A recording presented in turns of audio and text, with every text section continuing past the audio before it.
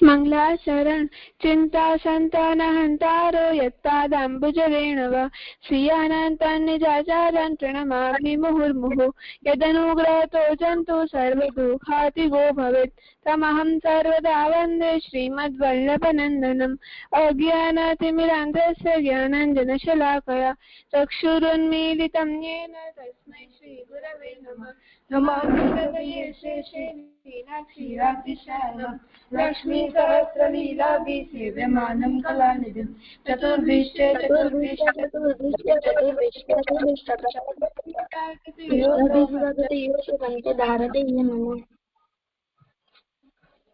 બધા એક સાથે બોલો છો.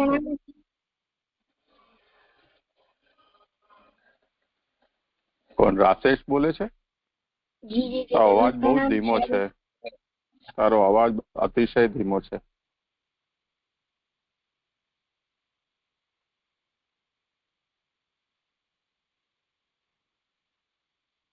હવે સાવ બંધ થઈ ગયો અવાજ. ચલો, જે કરતા હો તે કરો, બચાવો. ધન્યવાદ, પ્રણામ જીજી.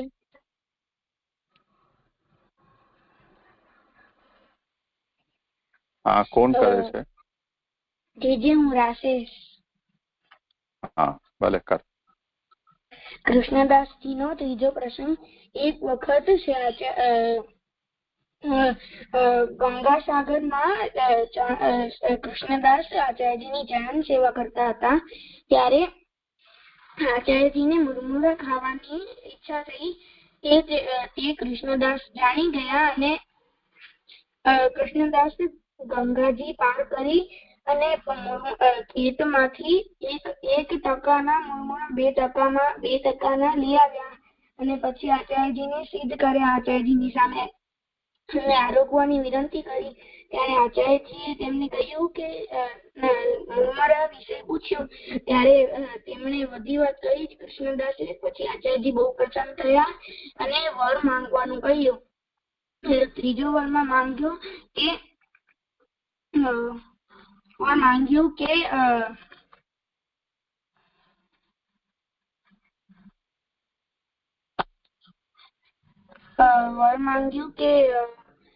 કૃષ્ણ વરદાન માંગ્યા. ત્યારે આચાર્યજીએ મનમાં વિચાર્યું કે જીવ તો શું વરદાન માંગી શકે. અગર તેમણે ઠાકોરજીના સ્વરૂપ દર્શન કરવાનું કહ્યું હોત તો તે પણ હું દર્શન કરાવી દઈ તેમને. જે જન્મથી શીખ મળે છે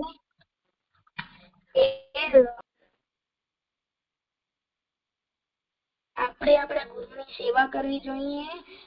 અને કૃષ્ણદાસ તેમના એટલા નજીકના સેવક હતા કે આચાર્યજીએ મનમાં વિચાર્યું તો તેમને ખબર પડી ગઈ કૃષ્ણદાસને. શબ્દ છે ગુનો અર્થ થાય અંધકાર અને રૂનો અર્થ થાય પ્રકાશ. અંધકાર માંથી પ્રકાશ તરફ લઈ આવી તે આપણા ગુરુ. અને બીજો શબ્દ છે ઠાકોરજી. ઠાકોર એટલે માલિક. ઠાકોરજી આપણા માલિક છે. આપણે તેમના ભક્ત છીએ એટલે આપણે ઠાકોરજીની આજ્ઞાનું પાલન કરવું જોઈએ. જીજી થઈ ગયો. બહુ સારું.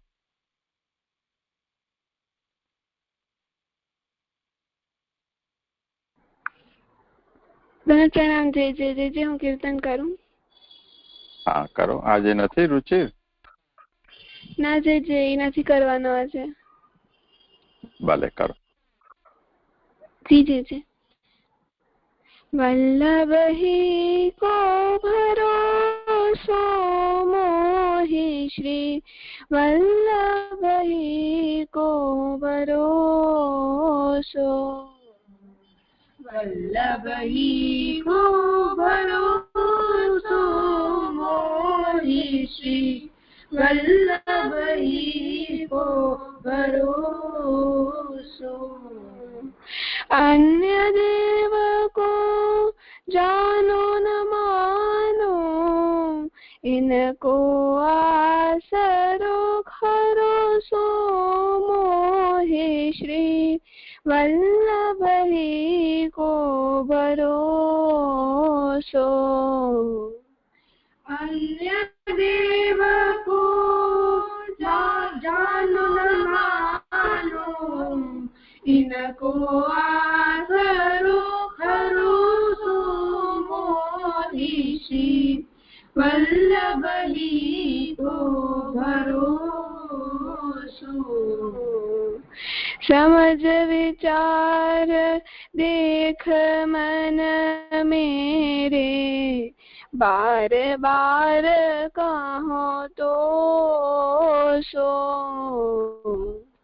समझ विचार देख मन मेरे, बार बार कहूँ तो सो। रसिक सुधा सागर को छाने के, क्यों पीवत जल ओसो मोहे श्री। वल्लभ ही को भरोसो। रसिक सुधा सागर को छाने के, क्यों पीवत जल ओसो मोहि श्री। वल्लभ ही को भरोसो। वल्लभ ही को भरोसो।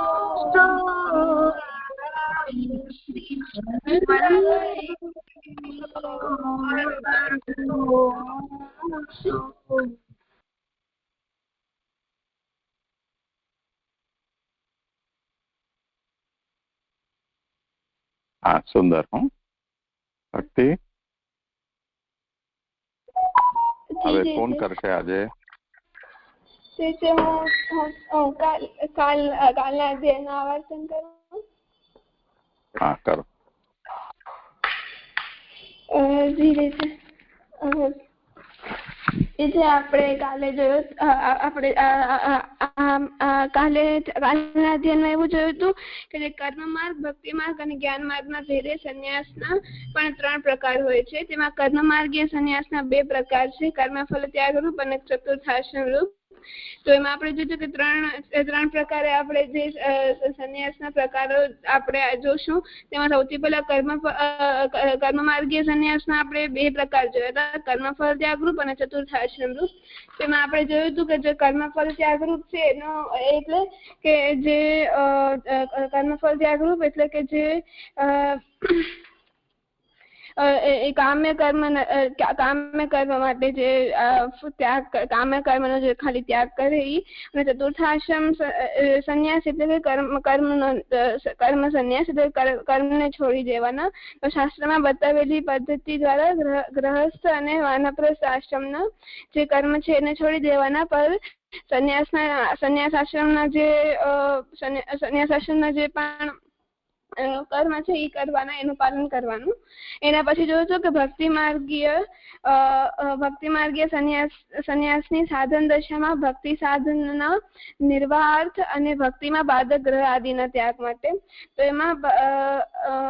એમાં ભક્તિ એટલે કે એમાં જોયું હતું કે સાધન દશામાં, તો એમાં સંન્યાસના આપણે ભક્તિ માર્ગીય સંન્યાસના 2 પ્રકાર આપણે જોયા હતા કે સાધન દશામાં અને સિદ્ધ દશામાં. તો એમાં સૌથી પહેલા સાધન દશામાં એટલે કે એટલે કે બીજ ભાવ દ્રઢ નથી થયો તે દશામાં, તો જેનો વ્યસન અવસ્થા જેની સિદ્ધ નથી થઈ એવા એ દશામાં. તો સંન્યાસના 2 પ્રકાર છે. એમાં આપણે જોયું સાધન દશામાં, તો સાધન અવસ્થા અને સિદ્ધ અવસ્થા. તો એમાં સાધન અવસ્થાના સંન્યાસના પણ 2 પ્રકાર એટલે કે 2 પ્રકાર જોયા કે ભક્તિ માર્ગીય ભક્તિ સાધનના નિર્વાહાર્થ અને ભક્તિમાં બાધક આદિના ત્યાગ માટે.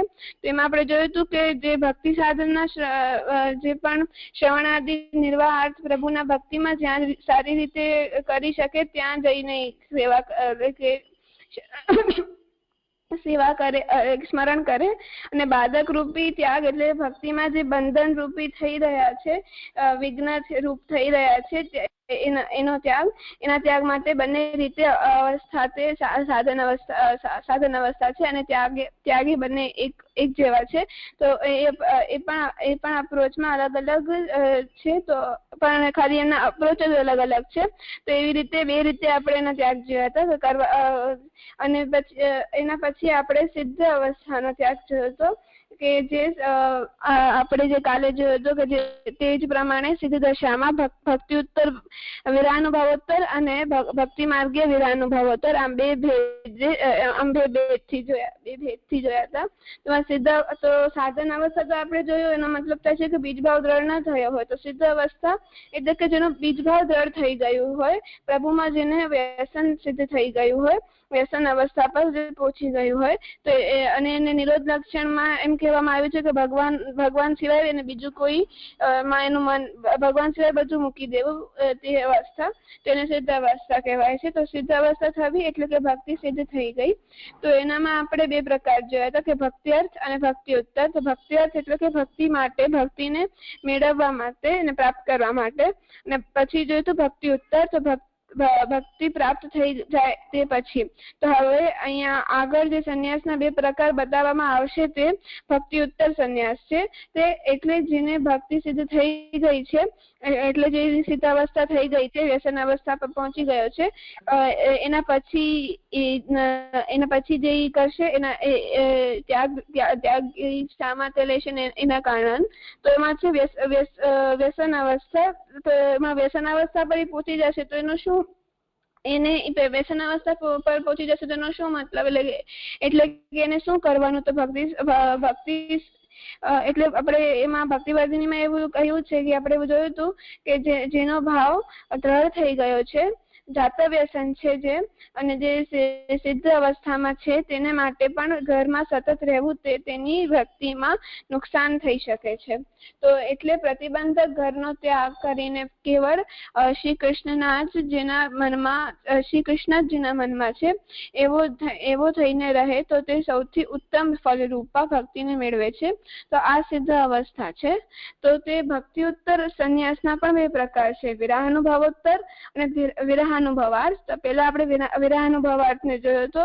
તો જેનું મન ભગવાનમાં લાગી ગયું છે, ભગવાન સિવાય એને બીજું કઈ નથી સૂચતું, તો જે ભક્તિની સિદ્ધ અવસ્થા પર પહોંચી ગયો છે અને એને પ્રભુ જોઈએ છે, પણ પ્રભુ એને મળી નથી રહ્યા, અને જ્યાં છે ત્યાં તેને પ્રભુમાં વિરહનો અનુભવ પણ નથી થઈ રહ્યો.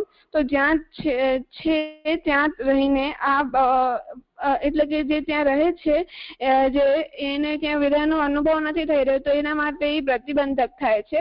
તો પ્રભુ જોઈએ છે પણ પ્રભુ નથી મળી રહ્યા, એટલે કે ભક્ત છે તે ભગવાનનો વ્યસની થઈ ગયો છે, પરંતુ પ્રભુ પરીક્ષાર્થી એમની ઈચ્છાથી એને સ્વીકાર, એટલે કે પ્રભુ એને મળ્યા નથી, તો ભગવાન એને પ્રાપ્ત નહીં થાય. તો અને જે ભક્ત છે તે એમ કહે છે કે તો પણ મને મારો મન ખાલી પ્રભુમાં જ લગાડવાનો છે, ભગવાનમાં જ લગાવવો છે. તો સાંસારિક જે લોકો, અને પછી જે માહોલમાં રહીએ છે તો એ સાંસારિક લોકોનો છે, તો જે સંસારના લોકો એટલે કે એના માતા પિતાનો ઘર કે આસ પડોશી, તો આ બધા એના સાથે હોય છે. તો અગર એ પ્રભુમાં જ મન લગાડે છે તો એ જડ ભરતની જેમ એકદમ ગુમસુમ રહીને રહેતા હોય છે. તો એ જે આસપડોશ જે પણ લોકો છે એને એમ પૂછે કે તું કેમ ગુમસુમ થઈ ગયો છો, કેમ રિસાઈ ગયો છો, કોઈએ તને ખીજાયું છે કે, એવું બધું એમ પ્રશ્ન પૂછે. જેના સાથે રહે છે તે જેને આવું પૂછશે તો એને અગર એવા બધા પ્રશ્ન પૂછશે તો પછી જેને એ પ્રશ્ન પૂછવાના છે એ એકદમ ફ્રસ્ટ્રેટ થઈ જશે કે હવે આજે એને વારે ઘણી અગર એક તો એ પ્રભુમાં એનો મન લાગી એટલે એ માહોલમાં એના વિરહનો અનુભવ નથી થઈ રહ્યો અને પ્રભુમાં મન લગાડે છે, પણ એનામાં પણ એને આવીને ડિસ્ટ્રેક્ટ કરશે તો એ ફ્રસ્ટ્રેટ થશે, કેમ કે ભક્તને આ પ્રશ્નના જવાબ દેવામાં કે આ પ્રશ્નમાં કોઈ પણ ઇન્ટરેસ્ટ નથી. તો તેને ખાલી એટલું જ છે કે એનો મન ભગવાનમાં લાગે અને તેમાં જ રહે, એટલે વિરહનો અનુભવ કરવા માંગે છે. તો અને તેમાં કોઈ વચ્ચે કોઈ આવીને એમને પૂછે તો એ ડિસ્ટર્બ થાય છે, ફ્રસ્ટ્રેટ થાય છે. તેથી ભગવાન તો જ્યારે મળશે તે પોતાની ઈચ્છાથી મળશે, પણ ભગવાનના વિરહનો અનુભવ કરી શકવું એટલે કે ભગવાનના વિરહનો અનુભવ કરી શકે તો તે ત્યાં જાય છે, એટલે તે ત્યાંથી ત્યાં એ જગ્યાનો ત્યાગ કરવા ઈચ્છે છે, એ જગ્યાએ નથી રહેવા ઈચ્છતો. તો તેમ કરી કોઈના મનમાં ત્યાગ કરવાનો એવી રીતે ત્યાગ કરવાનો એને ઈચ્છા થાય છે. તો ભક્તિની સિદ્ધ અવસ્થામાં ભક્તિ ઉત્તર વિરહાનુભવાર્થ ત્યાગ કહેવાય. આ વિરહનો અનુભવ કરવા માટેનો ત્યાગ અને વિરહાનુભવાર્થ ત્યાગ કહેવાય છે. તો અને વિરહને અગ્નિ સમાન કહેવામાં આવ્યો છે. એટલે જ્યારે કોઈને વિરહ થાય તો અમુક એટલે એને એકદમ વિરહ બહુ જ થતો હોય તો એ ક્યારેક રડવા પણ લાગી જાય. અને અમુક પ્રસંગો આપણે જોયા છે વૈષ્ણવની વાર્તામાં કે કીર્તન સાંભળતા એમની દેહ છૂટી ગઈ, એટલે એમને એટલો તાપ થયો વિરહનો કે એમની દેહ જ છૂટી ગઈ. તો એને આપણે લૌકિક એટલે એને આપણે એક એક્ઝામ્પલથી સમજાતા કે જે નાનો બાળક હોય એટલે કે જેને વિરહનો અનુભવ એને વિરહ જેને ન થતો હોય એના માટે આપણે જોયું હતું કે જે નાનો બાળક હોય એના મમ્મી પપ્પા ડોક્ટર પાસે જઈને કે આ તો કઈ ખાતો જ નથી, હવે જયારે જમવા બેસે ત્યારે ખાતો જ નથી. તો પછી ડોક્ટર કહે છે કે તમારો જે રૂટીન છે જે નિત્યક્રમ ઈ કહો. તો પછી એ લોકો કહે છે કે અમે પહેલા સૌથી વહેલા ઉઠીએ તો દૂધ પીએ, પછી કંઈક ખાય, કલાકે કંઈક ને કંઈક ખવડાવતા જ જાય. તો એના પછી એને ભૂખ નથી લાગતી જમવા સુધી જયારે એ બેસે છે. તો એટલે એને એને કોઈ બ્રેક નથી મળતો, એને ભૂખ જ નથી જાગતી. તો અહીંયા ભૂખનો અનુભવ જ નથી થતો. તો ડોક્ટર કહે છે કે તમે એને ભૂખનો અનુભવ થવા દો, તો પેટને ભોજનનો વિરહ થવા દો.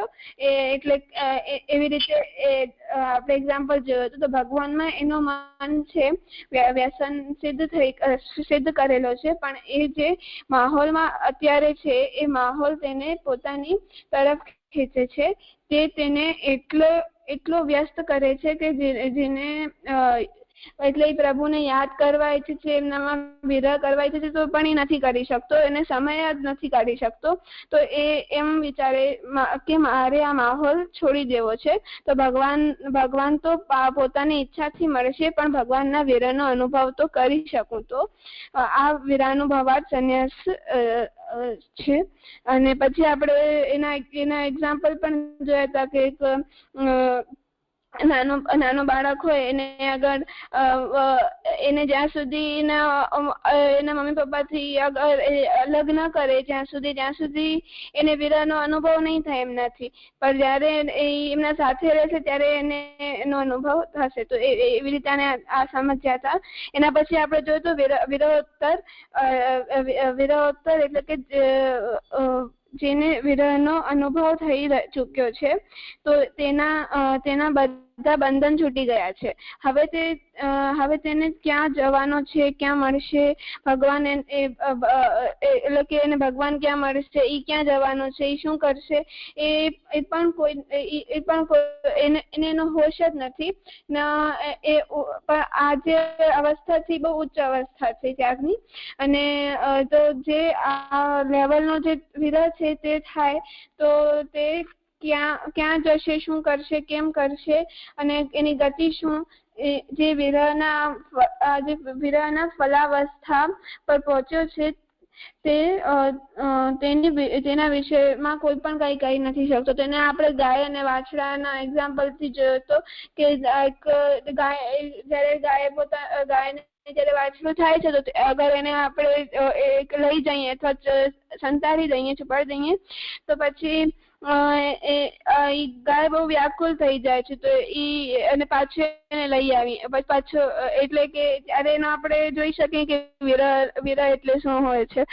એટલે એવા લેવલનો વિરહ એટલે મને એવું સમજાય.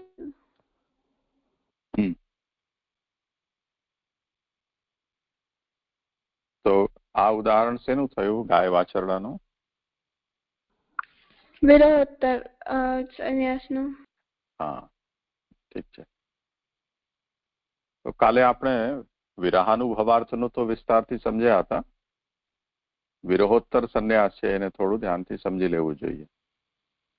આપણે ઉદાહરણ છે એ આપણા સામે જ છે, એને ફરીથી એક વખત અલગ રીતે પણ સમજવું હોય તો જેટલી પણ અનુભૂતિઓ છે એ અનુભૂતિઓના જુદા જુદા પ્રકાર છે. એનો આપણે ભગવાનના ચરિત્રમાં જો ઉદાહરણ જોઈએ તો એ ઉદાહરણ રાસના પ્રસંગમાં જ્યારે ભગવાને વેણુનાદ કર્યો અને વ્રજભક્તો જે લોકો પોતાના ઘરેથી ભગવાન સુધી પહોંચી શક્યા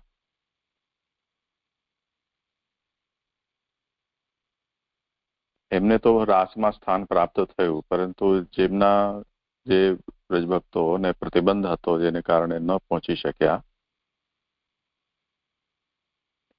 એ વ્રજભક્તોને અંતર્ગ્રહગતા કહેવાય છે. એટલે જે લોકો ઘરમાં જ રહી ગયા એમને એટલો તીવ્ર પ્રભુનો વિયોગ થયો કે એમના પ્રાણ છૂટી ગયા.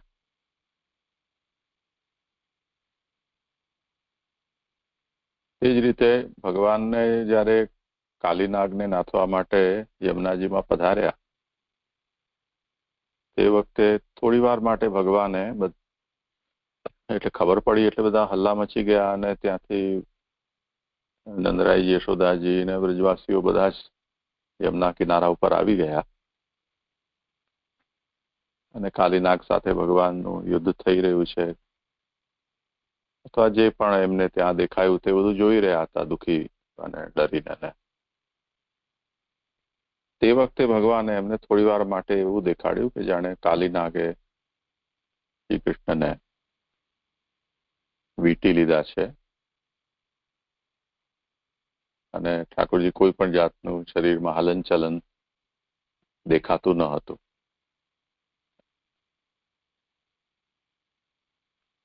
તો એ જે દ્રશ્ય હતું એ વ્રજવાસીઓ માટે અસહ્ય હતું. તો તે વખતે વ્રજવાસીઓ જે તટ ઉપર હતા યમુનાના એમના પ્રાણ છૂટી ગયા.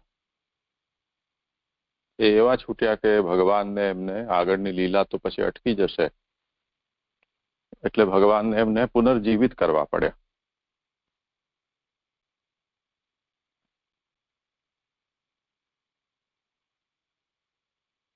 તો આ જે વિયોગ છે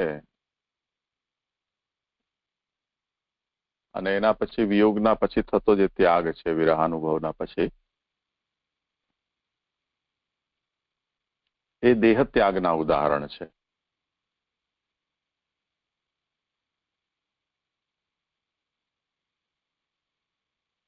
પણ જેવી રીતે વાર્તાજીમાં આપણને એવા અનેક ઉદાહરણો જોવા મળે છે કે જેમાં ઘણા બધા લોકોએ હંમેશ માટે ઘરને છોડી દીધો હોય,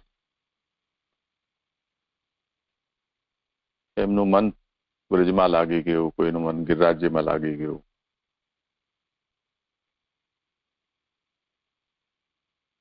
ભજન ધાવનનો પ્રસંગ આવે છે કે એમના દેહાનુસંધાન નતું રહેતું એટલે ઠાકોરજી એમને આજ્ઞા કરી કે તું મને શ્રી મહાપ્રભુજી પાસે ઘરે પધરાવી જા, આપણે બંને ત્યાં રહીશું.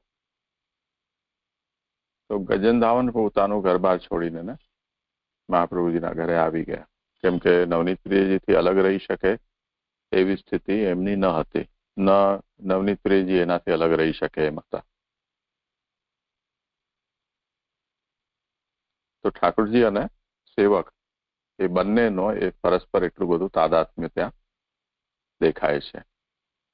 તો જેટલું સંયોગ પ્રબલ હોય, વિયોગની અનુભૂતિ પણ એટલી પ્રબલ થાય.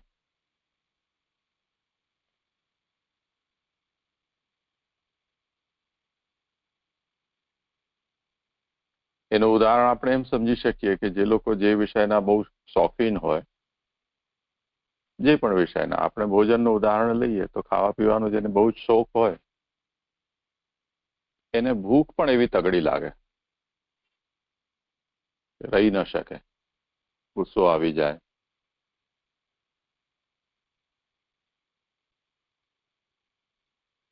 હવે જેમને અવસ્થા થઈ ગઈ હોય એ કારણે અથવા સ્વભાવથી ખાવા પીવામાં એટલી બધી રુચિ ન હોય, એ લોકોની ભૂખ પણ એવી બધી તીવ્ર ન હોય. જેમની સાથે આપણે ખૂબ વધારે નિકટતાથી રહેતા હોઈએ, એની દૂરીનો અનુભવ અને દૂરીને કારણે દુઃખનો અનુભવ પણ વધારે થાય. જેમની સાથે ક્યારેક આપણે રહેતા હોઈએ, ઓછું રહેતા હોઈએ, તો એટલી દૂરીનો અનુભવ ન થાય. તો એ વિરહજન્ય દુઃખ પણ એટલું બધું તીવ્ર ન હોય.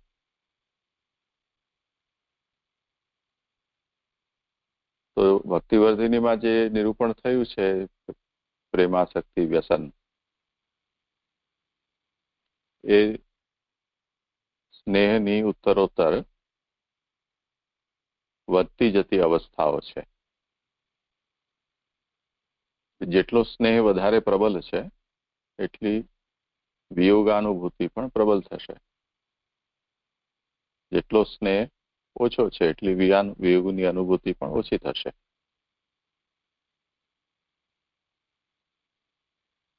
તો જેમ ઠાકોરજી પોતાના જન્મથી કરી અને મથુરા પધાર્યા સુધી સતત વ્રજવાસીઓને સંયોગ સુખ આપ્યું,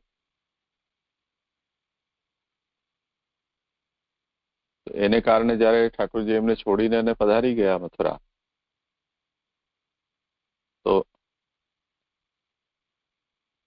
એ પધારી જવું છે એમાં પધાર્યા તે વખતે એમને એવી કલ્પના ન હતી કે હવે પાછા ક્યારે પધારશે જ નહીં. ઠાકોરજી તો બધું જાણતા હતા, એ જુદો વિષય છે. વ્રજવાસીઓને એની કલ્પના ન હતી કે ઠાકોરજી પાછા હવે ક્યારે પણ નહીં પધારે. તો જેમ ગોચારણ માટે પધારતા રોજ જ, અને એટલો દિવસનો ભાગ છે એ લોકો પોતાના કામમાં વ્યસ્ત રહેતા, તો સાંજે પાછા દર્શન થશે એવા વિશ્વાસથી એમનો દિવસ નીકળી જતો, પાછા ક્યારે પધારશે વાટ જોઈને. એવી જ રીતે મેળો જોવા માટે જવાનું છે, પાછા પધારશે એ આશાથી, એટલે બહાર ગામ જઈ રહ્યા છે ગામ છોડીને ગોચારણ સિવાય, એવું આપેલી વખત બન્યું છે એટલે એનો દુઃખ તો છે. બીજું સામે કંસે આટલા બધા ઉપદ્રવો કર્યા છે એ પણ આમને ખબર છે બ્રજવાસીઓને, કે બધું અત્યાર સુધી બધા અસુર રાક્ષસો એને જ મોકલ્યા છે. તો કંસ વધારે ઠાકોરજીને પરિશ્રમ ના આપે એને કારણે એ ભય પણ એમના મનમાં છે. પણ હવે પાછા પધારશે જ નહીં એવી એમને કલ્પના ન હતી. એ કારણે મથુરા ઠાકોરજી પધાર્યા એને પણ એ લોકોએ સહન કરી લીધું. ઠાકોરજીએ પણ હું ફરીથી આવીશ એવું આશ્વાસન પણ આપ્યું જ હતું. તો એ ઠાકોરજીના વચન ઉપર વિશ્વાસ રાખીને એમના પ્રાણ ટકી ગયા. પણ જો એમને એવો સંકેત મળી જાત કે હવે ઠાકોરજી પાછા ક્યારે પધારવાના જ નથી, તો કંઈક બીજી જ લીલા થઈ હોત.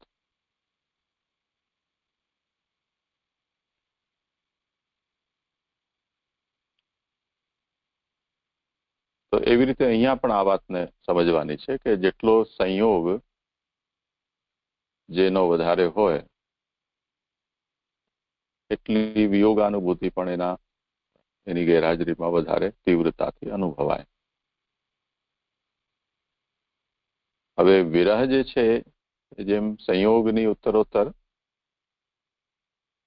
ઉત્કૃષ્ટ અવસ્થા હોય છે એવી રીતે વિરહની પણ એવી અવસ્થા છે.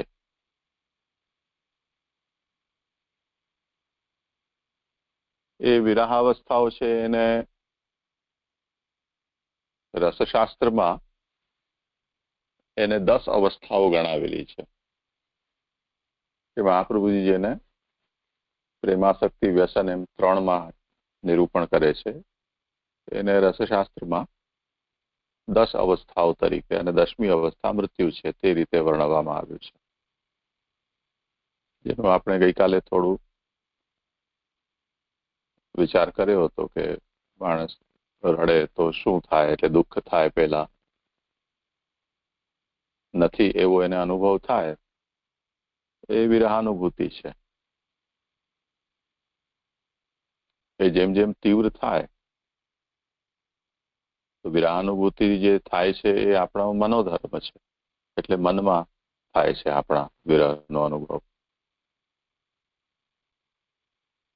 પછી જે વસ્તુઓથી આપણે પરિચિત છીએ, જેમ ઠાકોરજી પધાર્યા પછી ઉદ્ધવજીને સંદેશો દઈને એને મોકલ્યા કે તમે મારો આ સંદેશો બ્રજવાસીઓને આપજો.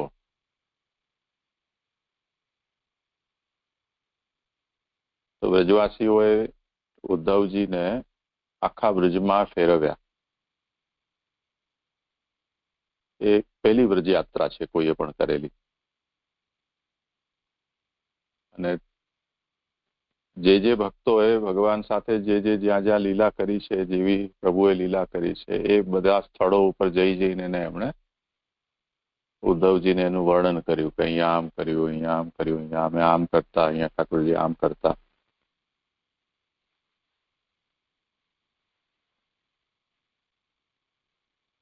તો તે વખતે ઉદ્ધવજીને કારણે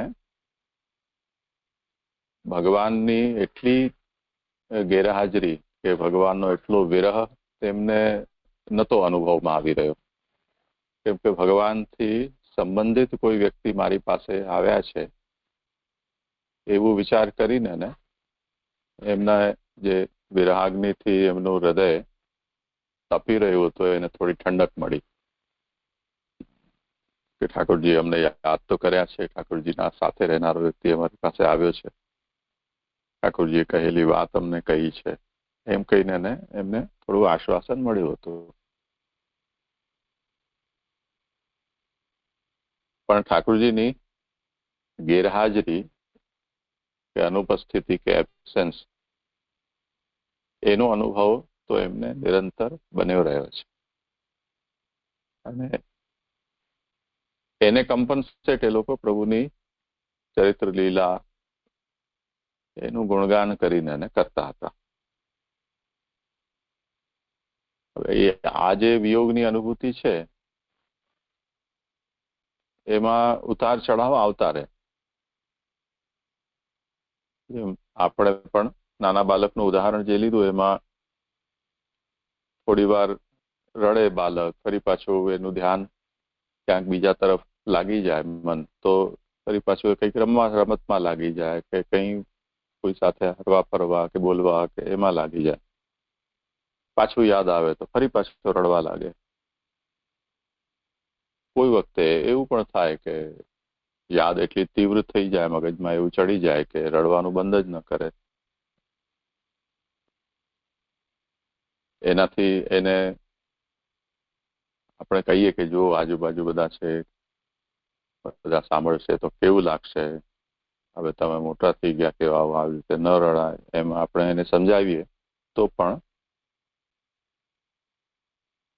એ વિરહ એટલો પ્રબલ છે કે એને એ વસ્તુની, જેને આપણે શરમ કહીએ, શરમ છૂટી જતી હોય છે. તો તીવ્ર પ્રેમ હોય અને એનો વિયોગ થાય છે, જેમનામાં આપણો સ્નેહ છે એનો, તો પછી લજ્જા છૂટી જાય.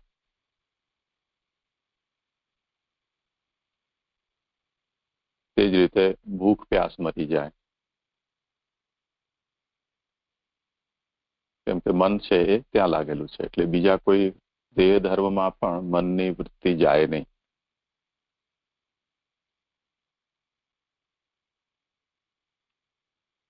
એવું કરતા કમજોરી પણ આવી જાય શરીરમાં.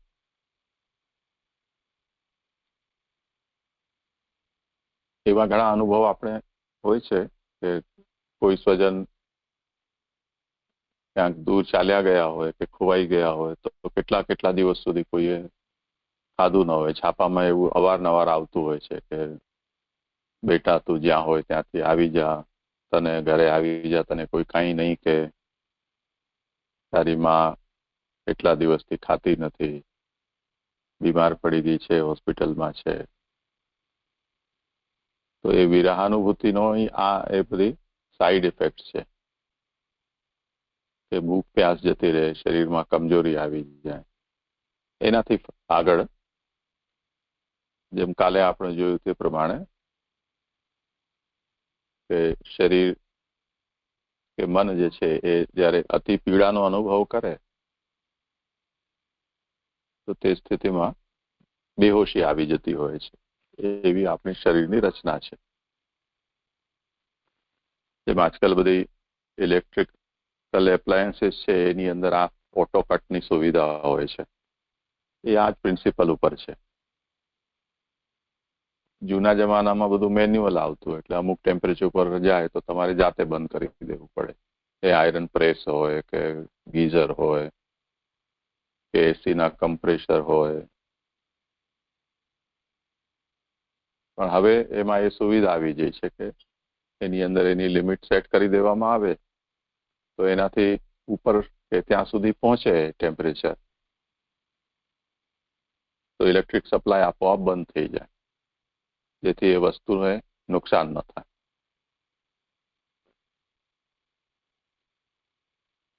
પ્રેશર કુકર પણ એવા આવતા હશે, મને ખ્યાલ નથી, પણ ઇલેક્ટ્રિકમાં તો આવતા હશે. ઓલા જે ગેસ ઉપર મૂકવા વાળામાં હજી આ સુવિધા નથી, એટલે આપણને સીટીઓ ગણવી પડે છે. એમાં જો ભૂલી જાઓ તો મહાપ્રલય થાય. તો શરીર છે એ અમુકથી વધારે પીડા સહન ન કરી શકે. દરેકને એનો અભ્યાસ હોય તેના ઉપર બધું નિર્ભર કરે છે કે શારીરિક માનસિક પીડા સહન કરવાનો કોને કેટલો અભ્યાસ છે. તે પ્રમાણે કોઈ જલ્દીથી બેહોશ થઈ જાય, કોઈ બહુ પરાકાષ્ઠાનો કષ્ટ સહન કરી શકે. જેમ એવું કહેવાય છે કે સ્ત્રીઓને જ્યારે પ્રસૂતિ થાય તે વખતે જે એમને પીડા થતી હોય છે એ પીડા એટલી પીડા કોઈ પુરુષ સહન ન કરી શકે. પીડાને એ લોકો કોઈ યુનિટમાં માપે છે તો એ એટલા પરાકાષ્ઠાની પીડા હોય છે કે જેનો અનુભવ થવા ઉપર હોશમાં રહેવું કઠિન છે.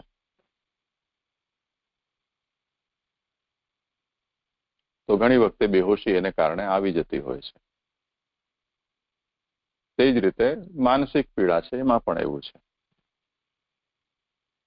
મોટે ભાગે જેટલા પણ એક્સિડન્ટ થતા હોય, કોઈ ઉપરથી પડી ગયું, કઈ ભટકાયું, કોઈ અંગ કપાયો કે ઇલેક્ટ્રિક શોક લાગ્યો, તે વખતે આ ઓટોકટની સિસ્ટમ આપણી કામ કરતી હોય છે. તે વખતે મનુષ્યને બેહોશ કરી દે, જેથી પીડાને કારણે ઓર વધારે નુકસાન ન થાય. તો વિરહ છે એ પણ જો તીવ્ર થઈ જાય તો બેહોશીની અવસ્થા આવી શકે. મહાપ્રભુજીનો પ્રસંગ આવે છે કે દામોદરદાસજી સાથે બિરાજતા હતા અને એમ કહ્યું કે આપણે ઘણા વખતથી ભગવત ચર્ચા કરી નથી. તે વખતે કઈ પ્રસંગ છેડાયો હતો. શ્રી મહાપ્રભુજીને એટલું એમાં ચિત્ત ચાલ્યું ગયું કે કેટલાય દિવસ સુધી બેહોશ રહ્યા. એટલે જેમ યોગીને સમાધિ લાગી જાય એમ ભક્ત છે એનું મન પ્રભુમાં સ્થિર થઈ જાય તો પછી બીજો કઈ સ્ફુરણા રહી ન જાય. અને આનાથી પણ વધારે તીવ્રતા થાય તો તે પછી મૃત્યુ થઈ જાય. તો એવા પ્રસંગો આપણને લોકમાં જોવા મળે છે કે પતિનું મૃત્યુ થયું તો એનો આઘાતથી પત્ની પણ દેહ છોડી દીધી હોય. કે પુત્રનું મૃત્યુ થયું તો માતાએ દેહ છોડી દીધી હોય. છાપામાં એવું આવે કે આખું ગામ હિબકે ભર્યું, એક સાથે આટલી સ્મશાન યાત્રા નીકળી. તો આ છે એ વિરહને સહન ન કરી શકવા ઉપર આ એનું અંતિમ પરિણામ. તો એ 10મી અવસ્થા સ્નેહની મૃત્યુ એમ કહેવાય છે.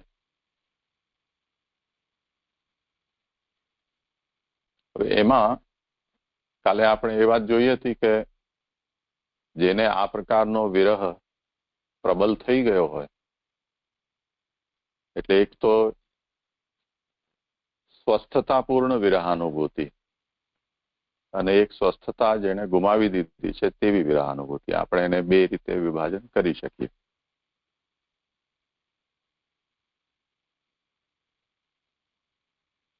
સ્વસ્થતાપૂર્ણ વિરહાનુભૂતિનો અર્થ એ છે કે જેનો વિરહ આપણને છે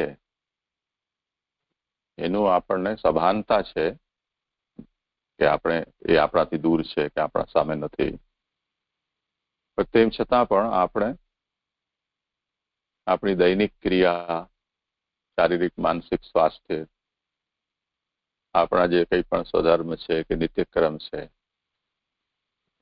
એને આપણે નભાવી શકી રહ્યા છીએ. તો આ સ્વસ્થતાપૂર્ણ છે વિરહાનુભૂતિ. તો વ્યસન સુધી આવી જાતની સ્વસ્થતા ભક્ત જાળવી શકે. પછી વ્યસનોત્તર જો વિરહાનુભૂતિ છે એમાં એ સ્વસ્થતા ધીરે ધીરે ગુમાવવા લાગે.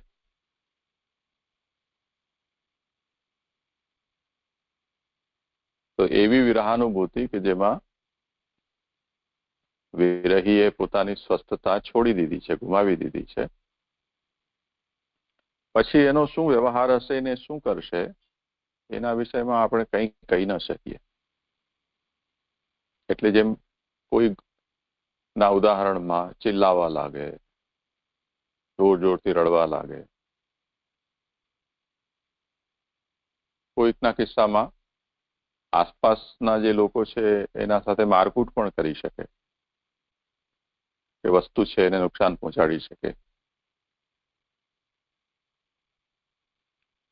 પછી માનસિક સંતુલન ગુમાવી દે, ગાંડો થઈ જાય, એવું પણ સંભવ છે.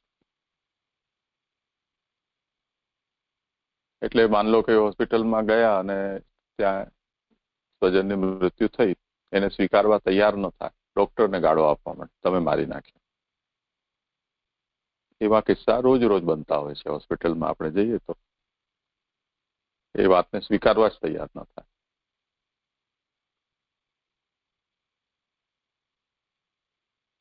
તો એ એક જાતની અસ્વસ્થતા છે.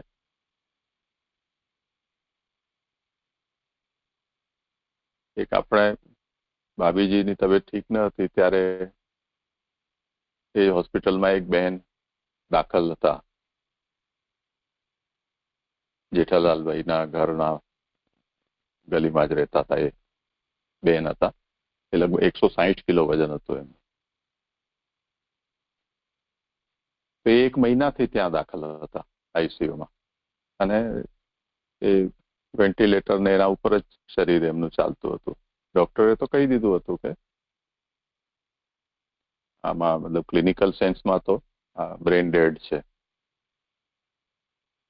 પણ તો પણ પરિવારજનો એ વાતને સ્વીકારવા તૈયાર ન હતા.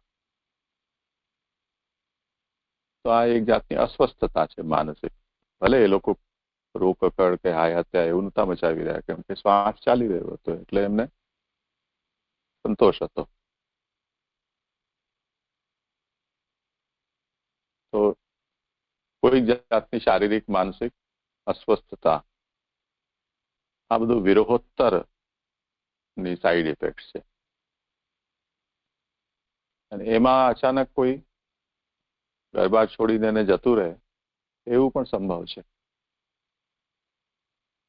જેનો વિરહ છે હું એને પાસે જાઉં છું, હવે એને જો રસ્તામાં કોઈ મળે અને એને રોકીને પૂછે ક્યાં જાઓ છો, શું કરશો, તો કઈ એના પાસે કોઈ જવાબ ન હોય.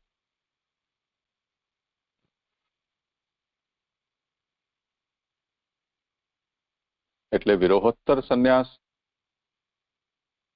એ વિષયમાં આપણે કંઈ બોલી શકીએ એવું નથી. એટલે એનો કોર્સ પૂરો અનપ્રેડિક્ટેબલ છે. ભગવાન જ એના રક્ષક છે. ભગવાન જે કરે તે જ થશે. હવે જો એ સચ્ચાઈથી ભગવાનની પ્રાપ્તિ માટે થયેલો છે તો એ સુખાંત થશે, દુઃખાંત નહીં થાય.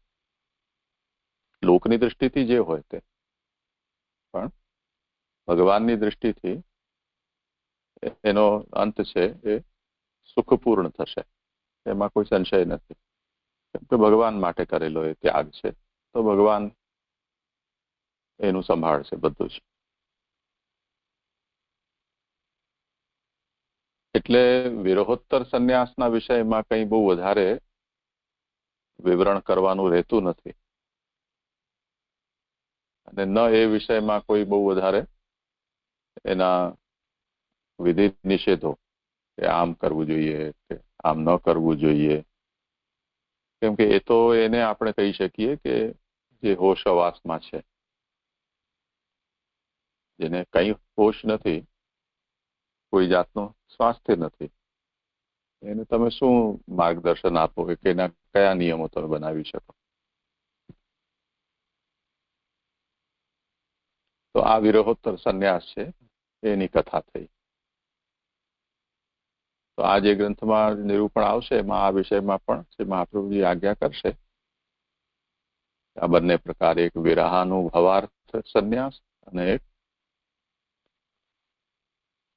વિરહ સિદ્ધ થઈ ગયા પછી થતો સંન્યાસ.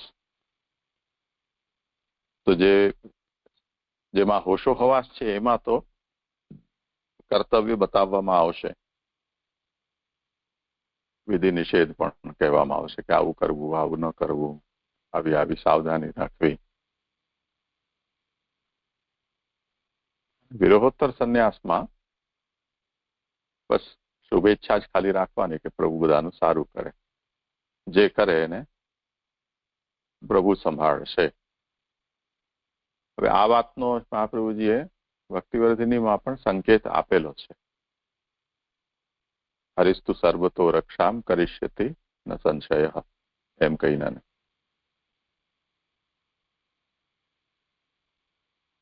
તો જેને ગ્રહત્યાગ કરવા ઉપર છે એને શ્રી મહાપ્રભુજીએ પહેલા તો ચેતવી દીધો છે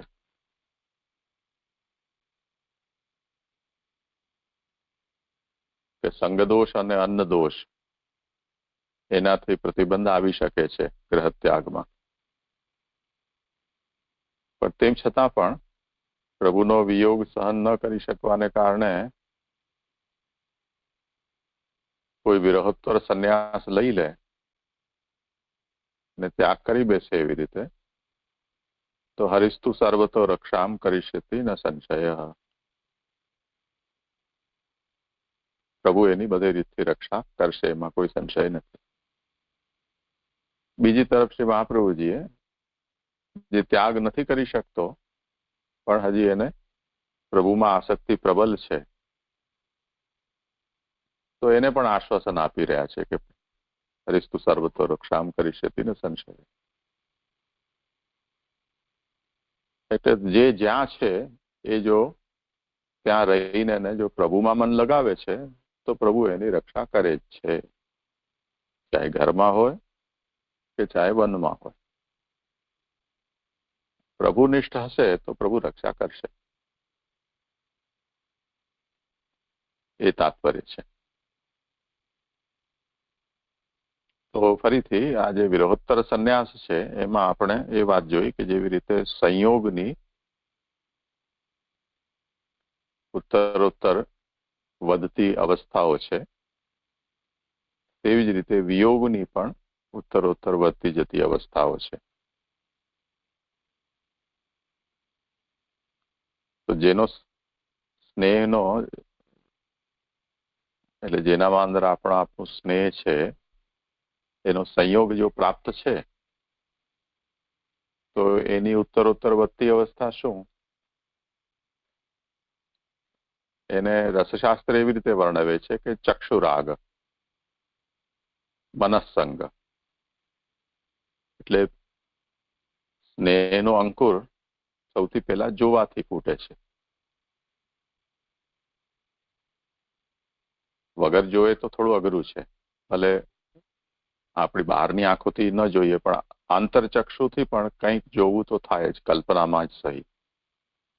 જેમ ઉષા અનિરુદ્ધના પ્રસંગમાં આવે છે કે ઉષાએ કદી પણ અનિરુદ્ધને જોયા ન હતા, વર્ણન માત્ર સાંભળ્યું હતું. એનાથી જ એમણે મનમાં એમની સ્વરૂપની કલ્પના કરી લીધી હતી. માનસિક દર્શન જ સહી. એવી જ રીતે રૂકમિણીજીએ પણ ભગવાનના દર્શન ક્યારે કર્યા ન હતા, સાંભળ્યું હતું.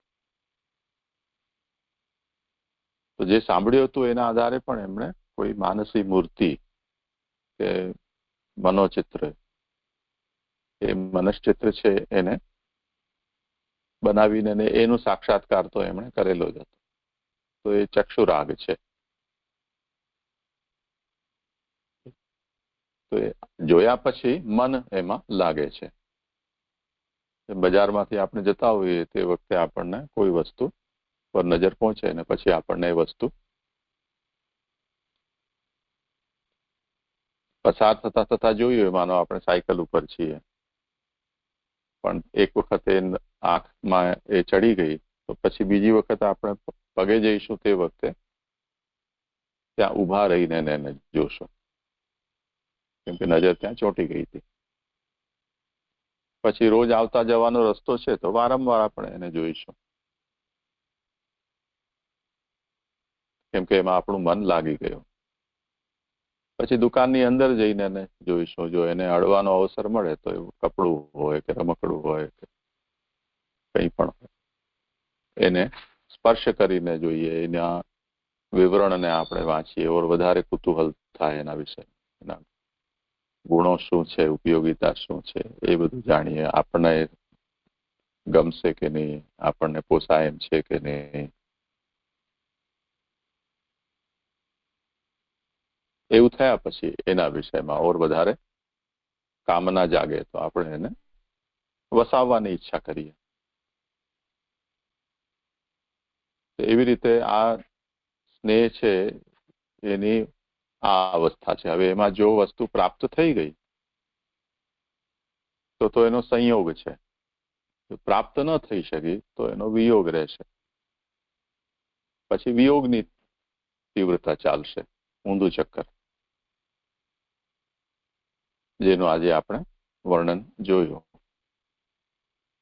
કે પ્રેમ, આસક્તિ, વ્યસન, આ બધી ધીરે ધીરે એના વિયોગને અનુભવવાનું છે. પણ સ્નેહનું તાંતણું બંધાયેલું છે એટલે વિયોગની તીવ્રતાનો અનુભવ થશે. જેટલી દ્રઢતાથી બંધાયેલું હશે એટલું ખેંચાણનો અનુભવ થશે, જેટલું ઢીલું હશે તો ઓછું થશે.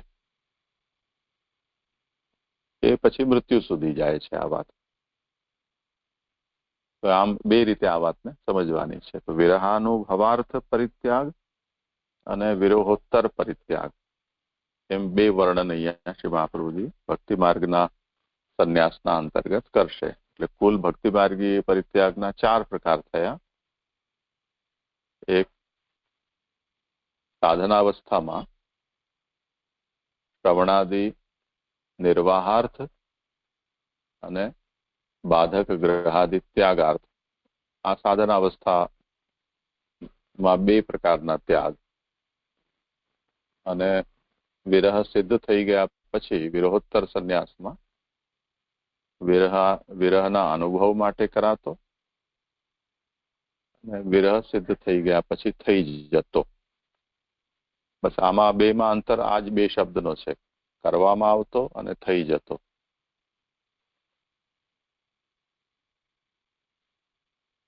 તો આ રીતે આ વાત છે.